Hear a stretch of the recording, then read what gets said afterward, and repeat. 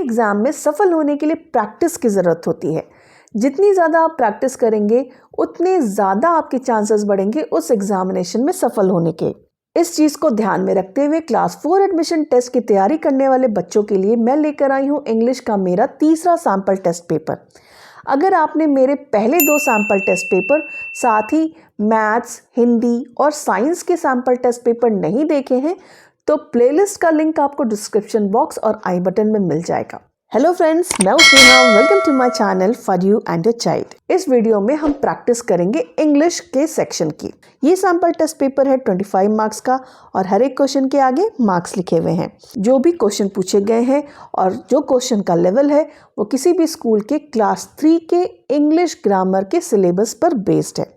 जिस भी school board में आपका बच्चा पढ़ रहा है, जिस भी स्कूल में पढ़ रहा है, सभी स्कूलों के सिलेबस के जो कॉमन टॉपिक्स हैं उनके आधार पर ये मेरा टेस्ट पेपर बनाया हुआ है, तो आप सभी बच्चों के लिए ये यूजफुल रहेगा। Question number 1, read the following sentences and punctuate them correctly.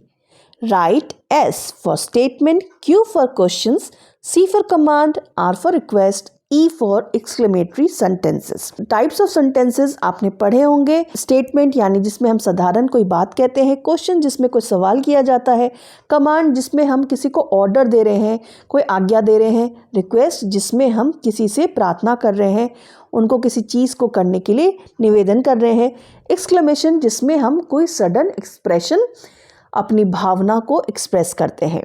पहले सेंटेंस में लिखा है शी लिव्स इन जापान। अब इसमें आपको 2 चीज़ें करनी है। पहले आपको बताना है कि ये किस तरह के सेंटेंस है, साथ ही इसके पंक्चुएशन को आपको ठीक से लिखना है। पंक्चुएशन में क्या होगा, capital letter, comma, question mark, full stop, जो सेंटेंस के हिसाब से सही है वो आपको यूज़ करना है। स्टार्टिंग होगा S कैपिटल से और ये एक स्टेटमेंट है इसलिए फुल स्टॉप लगेगा। नेक्स्ट है व्हेन इज़ योर एग्ज़ाम, ये एक सवाल है, क्वेश्चन वाला सेंटेंस है। पंक्चुएशन आप देखते जाइए, लास्ट में क्वेश्चन मार्क लगेगा और पहला सेंटेंस का वर्ड कैपिटल से होगा। प्लीज़ गिव मी 1 चॉकलेट, ये एक रिक्वेस्ट है तो R लिखेंगे। Hurray we won the game, यहाँ पर एक्सप्रेशन शो हो रहा है तो ये सेंटेंस एक्सक्लेमेटरी सेंटेंस है तो E लिखेंगे।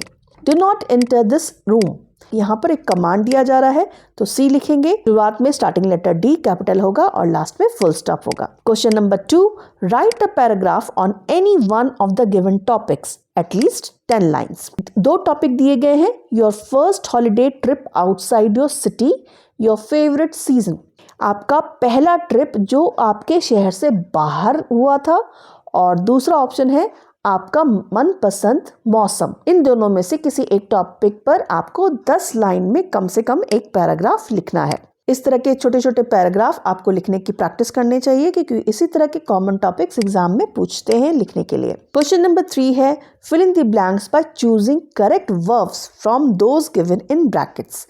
ब्रैकेट में वर्ब्स के 2 फॉर्म हैं, उनमें से जो करेक्ट फॉर्म है वो सेंटेंस में लिखेंगे। Ram and Shyam dash every day after school, plays play, कौन सा सही होगा? यहाँ पर हम देख रहे हैं राम एंड श्याम 2 व्यक्ति है तो यहाँ पर हम प्ले लिखेंगे, प्लूरल फॉर्म यूज़ करेंगे। अगर सिंगुलर होता तो प्लेज लिखते, लेकिन क्योंकि यहाँ पर 2 लोग हैं, प्लूरल है, तो यहाँ पर प्ले करेक्ट आंसर होगा। नेक्स्ट में I dash very neatly, right rights, answer right, I right very neatly. Priya dash beautiful greeting cards, Priya makes beautiful greeting cards. We dash to school early these days, we go to school early these days. Question number 4 है change the statement into questions. The old farmer is happy. ये एक simple sentence है, इसको आपको question सवाल में परिवर्तन करना है तो क्या करेंगे, इसका आंसर होगा is the old farmer happy. यहाँ पे पंक्चुएशन भी बदलेगा, फुल स्टॉप की जगह question mark. Next that man is looking for Rohan, answer होगा is that man looking for Rohan. Mister Chandan is playing football, is mister Chandan playing football. They are going to Delhi next week, are they going to Delhi next week. Question number 5, circle the pronoun in the sentences and underline the nouns for which they stand for. Sentence में पहले पहचानना है कि pronoun कौन सा है और वो प्रोनाउन किस नाउन के लिए यूज़ किया गया है। प्रोनाउन हम जानते हैं किसी भी संज्ञा शब्द के बदले उसके स्थान पर जो शब्द यूज़ होता है उसे प्रोनाउन कहते हैं, सर्वनाम कहते हैं। तो वो प्रोनाउन सेंटेंस में किस संज्ञा शब्द के लिए यूज़ किया गया है वो आपको बताना है, ठीक है। Look at the bird, it is a sparrow. तो यहाँ पर प्रोनाउन क्या है? इट। और इट किस संज्ञा शब्द के लिए यूज़ किया गया है? Sparrow. Tina is very punctual, she is never late. Pronoun है शी और नाउन है Tina. Ritu, what are you doing with those matches? यहाँ पर प्रोनाउन है यू, तो नाउन होगा Ritu. Neha and Meetu baked a cake, it was very yummy. It pronoun use किया गया है केक के लिए। Question number 6, rewrite this sentences using the adjectives in their correct form. Neha is the dash girl in the class.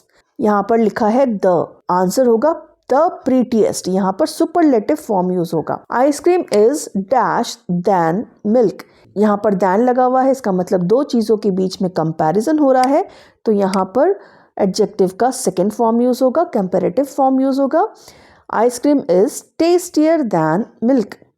Today is the dash day of the month. Today is the coldest day of the month. Who is the dash batsman in the team?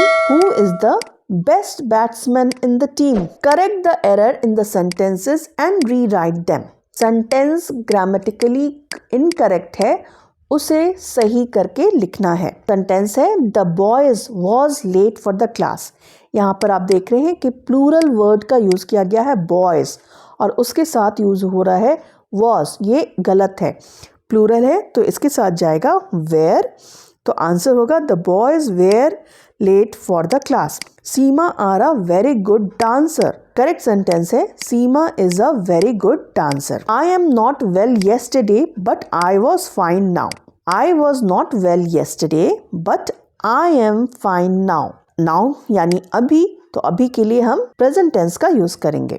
The puppies was playing happily. Puppies plural word है, तो यहाँ पर correct sentence होगा। Question number 8, fill in the correct collective noun. A pack of dash.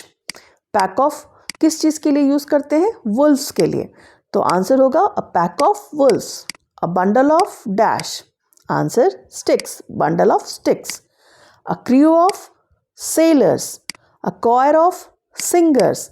Collective nouns आप बच्चों को ज़रूर याद करवाएं, ये बहुत इंपॉर्टेंट टॉपिक है। अगर आप मेरे वर्कशीट का PDF खरीदना चाहते हैं तो आप मुझे व्हाट्सएप पर मैसेज कर सकते हैं या फिर ईमेल कर सकते हैं। क्लास 1 से लेकर 9 तक के सैम्पल टेस्ट पेपर मेरे पास अवेलेबल हैं। Fill in the blanks with has, have और हैड करेक्टली।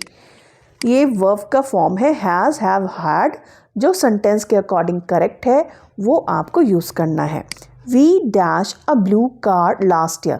पास्ट टेंस है तो आंसर होगा had. We had a blue car last year. Meetu dash many pets at her place. Meetu has many pets at her place.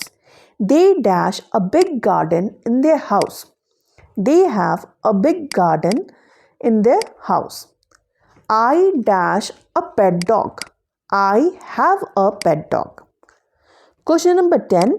Use prefixes to the given words to make a new word. Prefix यानी word के पहले कुछ letters को use करना है, उसे जोड़कर एक नया शब्द बनाना है।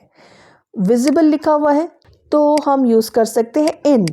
इनविजिबल, विजिबल एक वर्ड है, उसके आगे IN प्रीफिक्स जोड़ दिया तो बन गया invisible. Ground, underground. Pure, impure. Agree, disagree.